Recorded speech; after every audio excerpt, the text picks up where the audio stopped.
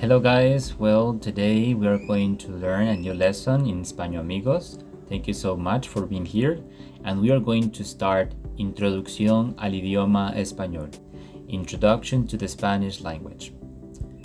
Okay, first of all we are going to learn lección número 3, gramática y vocabulario básico. Lesson number 3, basic grammar and vocabulary. We are going to talk about the subject pronouns and the verb ser. Firstly, I'm going to show you some pictures describing people or adjectives. Then I'm going to mention subject pronouns like yo, tú, usted, nosotros, and so on. After that, we are going to conjugate the verb ser in proper verb forms for different subjects in a given tense. Besides, I will explain about cognates and false cognates as well. Lastly, I will explain a simple rule to agree number and gender, the adjective or adjectives with the noun being modified. Indeed, we will do some practices for each topic. Okay, so in the first part we are going to learn some grammar stuff. Some adjectives. So in this case, we are going to start with joven. That means young. Viejo, old. Aburrido, bored. Interesante, interesting. Bonito, pretty. Guapo, handsome. Feo, ugly. Grande, big. Pequeño, small. Delgado, thin. Gordo, fat. Inteligente, intelligent. Tonto, dumb. Then, as you can see in the right hand, we have a picture. The first one is divertida. That means funny. Sociable, sociable. Optimista, optimistic. Then estudioso, studious. And finally, alegre. That means like a happy person, right? These are adjectives that you can learn. Joven, viejo, aburrido, interesante, bonito, guapo, feo, grande, pequeño, delgado, gordo, inteligente, tonto, divertida, sociable, optimista, estudioso y alegre. Okay, so now we can continue with the next topic, and this is subject pronouns in Spanish language. Okay, as you can see, we have the same subject pronouns, but we have some little differences. The first one, yo, I, tú, you, él, ella, usted, he, she, you, but this is formal, usted, formal. Then we have nosotros, we, vosotros, you all, and as you can see here it says Spain because it's the only country that used vosotros. Then we have ellos, they, ellas, they as well, ustedes, you all. So we are going to retake the same topic. Yo, tú, él, ella, usted, nosotros, vosotros, ellos, ellas, ustedes. Okay, so now it's your turn. Try to practice. You can stop the video and do some practices, okay? We are going to move. Subject pronouns in Spanish. The informal singular way to say you is tú. The formal singular way to say you is usted. The vosotros and vosotras form, which are plural, informal ways to say you, are used only in Spain. In Latin America, the plural form of tú and usted is ustedes. The nosotros, vosotros, and ellos are used when referring to a group of all men or a mixed group of men and women. The pronouns nosotras, vosotras, and ellas are used only when every member of the group is female. Okay, so we are going to practice a little bit this. The question here is nosotros o ellos, nosotras o ellas. Okay, in this case, what do you think is the subject pronoun? Nosotras, nosotros, ellos, o ellas. Well, in this case, as you can see, this is a group of of women, I'm sorry. So we have to use nosotras, ellas, okay? Then we have a group of men, only men, right? So as you can see, what is the proper subject pronoun? Nosotros, nosotras, ellos, o ellas. Okay, in this case is nosotros, ellos, because it's a group of men. But now we have a group of 3 women and 1 man. So what is the proper subject pronouns here? So I will give you some time to think about it. And in this case, as you can see, 3 women and 1 man means like we have to use nosotros and ellos. Why? Because when we have a mixed group of men and women, it doesn't matter the quantity, because as you can see, 3 women and just 1 man, it doesn't matter. Here, the sense, the logical sense of this is that you need to use nosotros and ellos when it is a mixed group. So we have to say nosotros, ellos, okay? Then we can continue. The verb ser. The infinitive form, which is the verb form found in the dictionary of all Spanish verbs, ends in ar, or ir. Conjugating a verb means giving its proper verb form for different subjects in a given tense. So, for example, when we conjugate the verb ser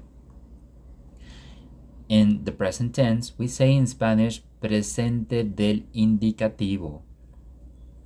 It's like when we want to conjugate it, we need the base form, and the base form is the infinitive form that ends with ar, or ir.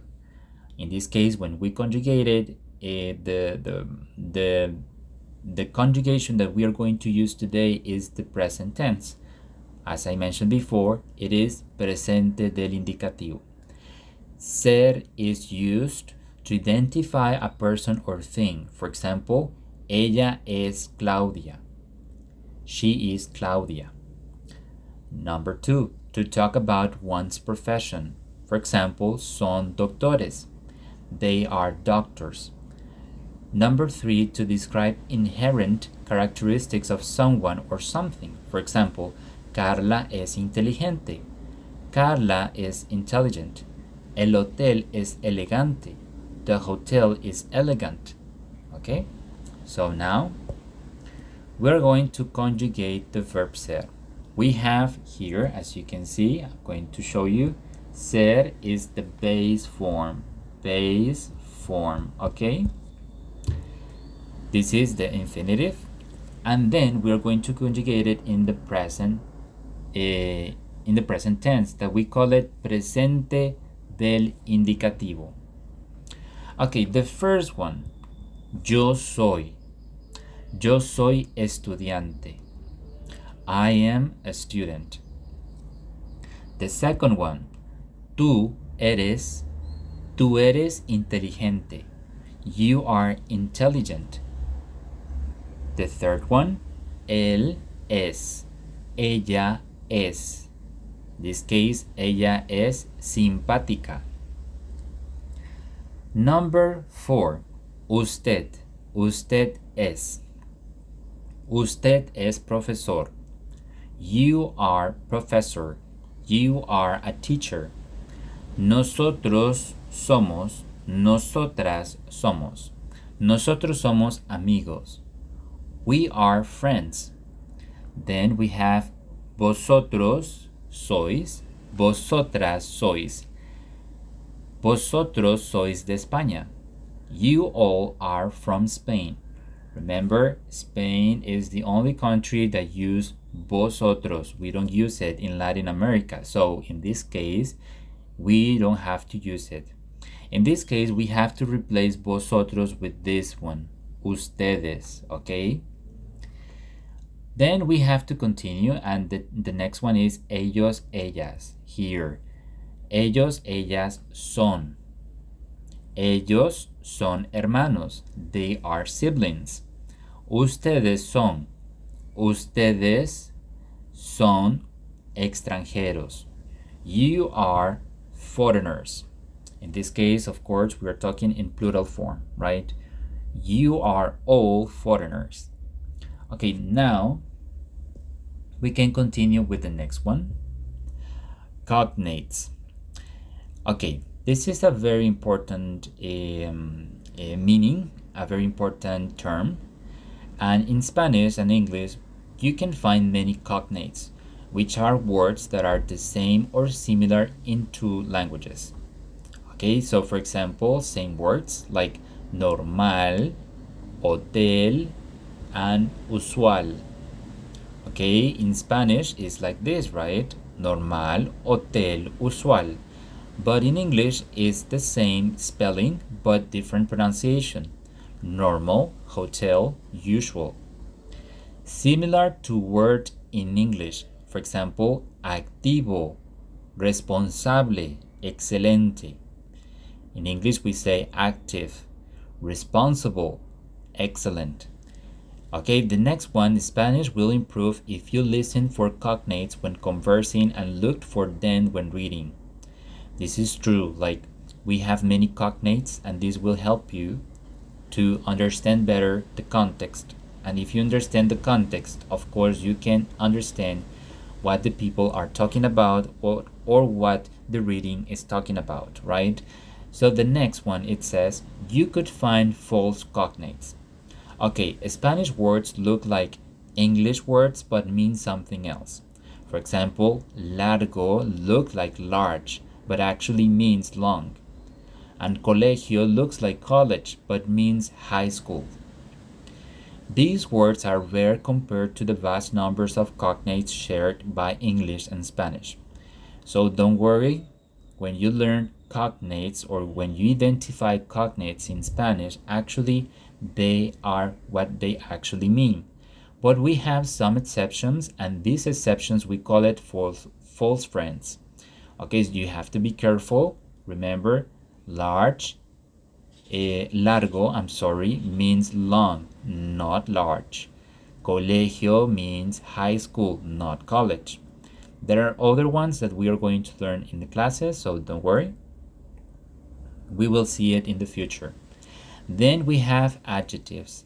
Adjectives in Spanish must agree in number and gender with the noun being modified. This is really important. If the subject is masculine singular, the adjective must also be masculine singular. And if the subject is feminine plural, the adjective must also be feminine plural.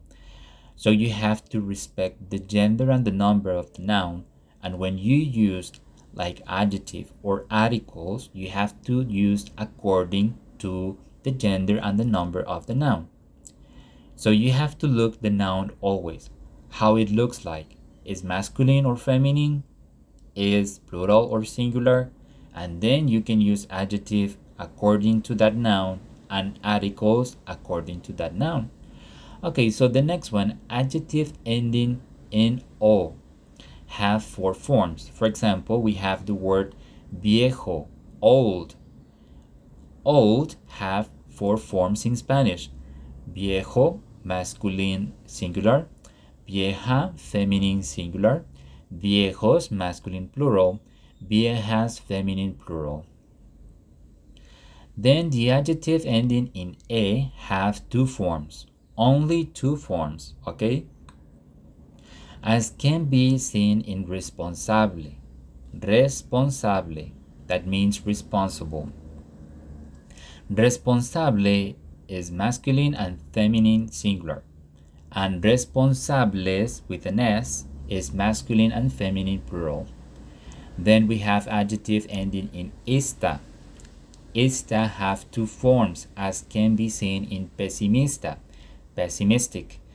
Pesimista is masculine and feminine singular, and pesimistas with an S is masculine and feminine plural. Okay? So always try to remember this. All the adjectives that ends with O, as you can see here, O, like viejo, you have 4 forms. Here, here, here, and here. Then the rest of the adjective that ends with E, you have only 2 forms, with an S and without the S. With an S, plural, without the S, singular. Then the next rule is the same thing. It doesn't have the S, because of that is singular, applies for masculine and feminine, and with the S is masculine and feminine plural. That's it. So now we can continue with the next one. Okay, so now I think we finished. This was really fast. Thank you so much for paying attention, guys, and nos vemos pronto. See you soon, guys, and study a lot, because Spanish is really interesting and really pleasant. So best luck for you, and see you the next time. Bye.